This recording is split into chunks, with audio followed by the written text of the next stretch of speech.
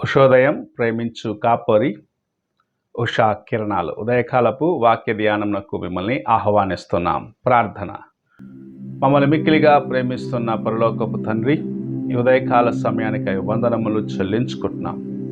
ఈ ఉదయకాలమున నీ వాక్యము చేత నాతోనూ మాతోనూ మాట్లాడమని, కార్యక్రమం వీక్షిస్తున్న ప్రతి ఒక్కరిని ఆశీర్వదించి నీ కృపలో నడిపించమని, దేవా వింటున్న వాక్యంను మాకు ఆశీర్వాదకరముగా చేయమని యేసు పరిశుద్ధ నామమున అడిగి వేడుకుంటున్నాను పరమ తండ్రి, ఆమెన్. ఈ ఉదయకాలపు వాక్య భాగము లూకా సువార్త 18వ అధ్యాయము 22వ వచనము నుండి 23వ వచనం వరకు చదువుకుందాం. యేసు వినినింకక, ఒకటి కొదువుగా నున్నది, నీకు కలిగియున్నవన్నీ అమ్మి బీదలకిమ్ము, అప్పుడు పరలోకమందు నీకు ధనము కలుగును. నీవు వచ్చి నన్ను వెంబడింపుమని అతనితో చెప్పెను. అతడు మిక్కిలి ధనవంతుడు గనుక ఈ మాటలు విని మిక్కిలి వ్యసనపడగా, మనము చదివిన వాక్య భాగంలో ఒక యవ్వనస్తుడు దేవుని సన్నిధికి అనగా యేసు ప్రభు యొద్దకు వచ్చి మోకరించి, బోధకుడా, నిత్య జీవమును నేను పొందుటకు ఏమి చేయాలి అని యేసు ప్రభును అడిగిన సంఘటనను చూడగలము. మనము 18వ వచనం నుండి 22వ వచనం 23వ వచనం వరకు చదివినట్లయితే దీన్ని వివరంగా చూడగలము. అతడు తన్ను తాను నీతిమంతుడిగా తీర్పు పొందాలని ఆశించిన వాడిగా, తాను చేసిన కార్యములు ఇతరులకు తెలియాలనుకున్న వాడిగా ఉన్నాడు. కానీ తన జీవితంలో ఉన్న కొరతను గ్రహించుకోలేకపోయినాడు. తాను దేవుని సన్నిధిలో తను తాను తగ్గించుకోకుండా తాను తన యొక్క ఘనతలను చెప్పుకునేదానికి అక్కడికి వచ్చినాడు. యేసు ప్రభు, నీవు ఆజ్ఞలన్నీ ఎరిగి ఉన్నావు కదా, వాటిని పాటించమంటే ఇవన్నీ నేను చిన్ననాటి నుండి పాటిస్తున్నాను. నా తల్లిదండ్రులు సన్మానిస్తున్నాను, నేను ఎవరికి కీడు చేయట్లేదు, నేను దాన ధర్మాలు చేస్తున్నాను అన్న రీతిగా తను గొప్పగా చూపించుకునేదానికి ప్రయత్నించినాడు. తన యొక్క ఘనతను ఇతరులకు చూపించుకోవాలని ఆశించినాడు. అయితే తనలో ఉన్న బలహీనతను తాను గ్రహించుకోలేకపోయినాడు. తనలో ఉన్న బలహీనత ఏమిటో అని పరీక్షించుకోలేని ఒక వ్యక్తిగా అతడు ఉండిపోయినాడు. అదేమిటంటే, అతడు మిక్కిలి ధనవంతుడు, మిక్కిలి ఆస్తిపరుడు. ధనము పైన ఉన్న ఆశ దేవుని పైన లేదు అనేది గ్రహించుకోలేకపోయినాడు. ఈ దినములలో చాలామంది వారు చేస్తున్న ఉద్యోగాన్ని బట్టి గర్విస్తున్నారు. నేను దేవునికి ఇంత కానుకిస్తున్నాను, నేను ఇంతగా సహాయము చేస్తున్నాను, నేను ఇలాగూ అందరి ముందు దేవుని కోసం అనేక కార్యములు చేస్తున్నాను తన యొక్క హృదయంలో గర్విస్తూ ఉంటారు. కానీ వారు మర్చిపోయేది, ప్రభు వారి కానుకలను చూడలేదు, వారి యొక్క ధనమును చూడలేదు, వారు చేస్తున్న పనులను చూడలేదు, కానీ వారి యొక్క హృదయ పరిస్థితిని చూస్తూ ఉన్నాడు. హృదయమును లక్ష్య పెట్టేవాడు ప్రభు.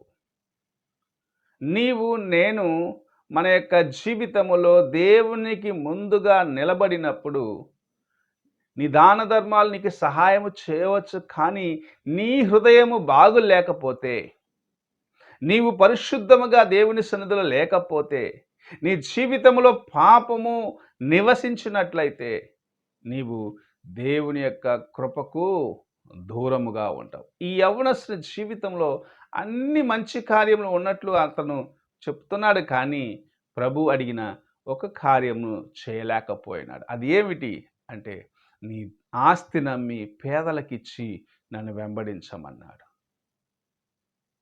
అతడు మిక్కిలి ఐశ్వర్యవంతుడు అని దేవుని యొక్క వాక్యము చెప్పుచున్నది.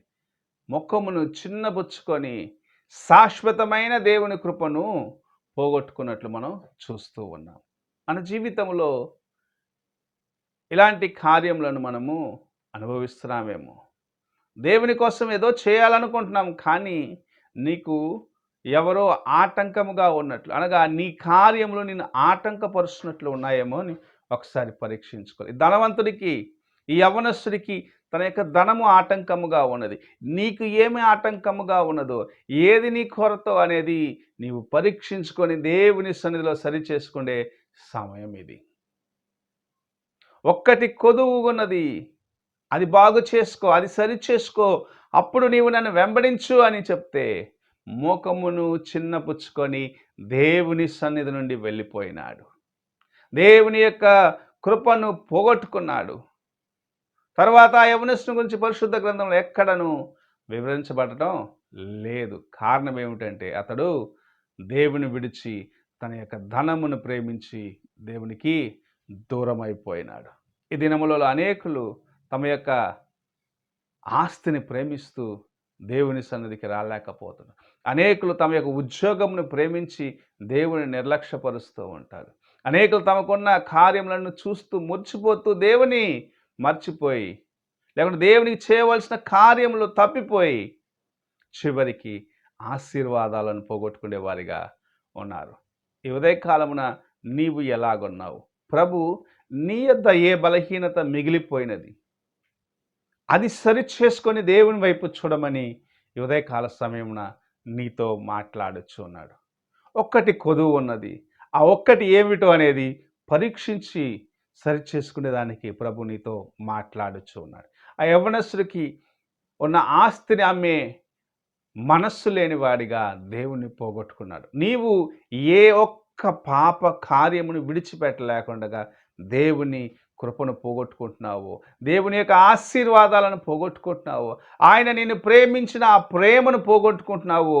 ఒక్కసారి నీవు పరీక్షించుకో. ప్రభువు గొప్పవాడు, ఆయన కృప నిరంతరం ఉంటుంది. ఆయన నిన్ను ఆశీర్వదించేవాడిగా ఉన్నాడు. నీ వైపు తన యొక్క హస్తంలో చాచి ఉంచిన వాడిగా ఉన్నాడు. నీవే ఆయన యొద్దకు రావటానికి సిద్ధ మనస్సు లేని వ్యక్తిగా ఉన్నావని దేవుని యొక్క వాక్యము సెలవిస్తుంది. ఆ యవ్వనస్తులాగా నీవు ఏ కార్యమును బట్టి దేవునికి దూరం అయిపోయినావో ఈ ఉదయకాల సమయంలో నిన్ను పరీక్షించుకునేదానికి ప్రభు నీతో మాట్లాడుచున్నాడు. నీవు పరీక్షించుకొని దేవుని ఎదుట యథార్థముగాను, నీవు దేవునికి ముందుగా నమ్మకస్తుగాను నిలబడేదానికి ప్రయత్నించు. అప్పుడు గొప్ప కార్యంలో నాయన నీ జీవితంలో చేసి నేను ఆశీర్వదిస్తాడు. ప్రార్థన చేసుకుందాం. మహోన్నతుడు అయిన గొప్ప దేవా, ఈ ప్రాతకాల సమయానికై వందనములు. మమ్మల్ని ప్రేమించి నీ కృప చేత నడిపిస్తున్న విధానానికి గారికి వందనాలు చెల్లించుకుంటున్నాం. మా బలహీనతలు ఏ ఒక్క కార్యము నీకు మాకు మధ్య ఆటంకంగా ఉన్నదో అని తెలుసుకొని సరి చేసుకొని నిన్ను వెంబడించే కృపను దయచేయమని యేసు పరిశుద్ధ నామం అడిగి వేడుకుంటున్నాను పరమ తండ్రి, ఆమేన్. తండ్రి అయిన దేవుని ప్రేమ, కుమారుడైన క్రీస్తు కృప, ఆదరణకర్త అయిన పరిశుద్ధాత్మ యొక్క సహవాసము ఇప్పుడు ఎల్లప్పుడూ తోడయుండి సదాకాలము నడిపించునుగాక. ఆమేన్.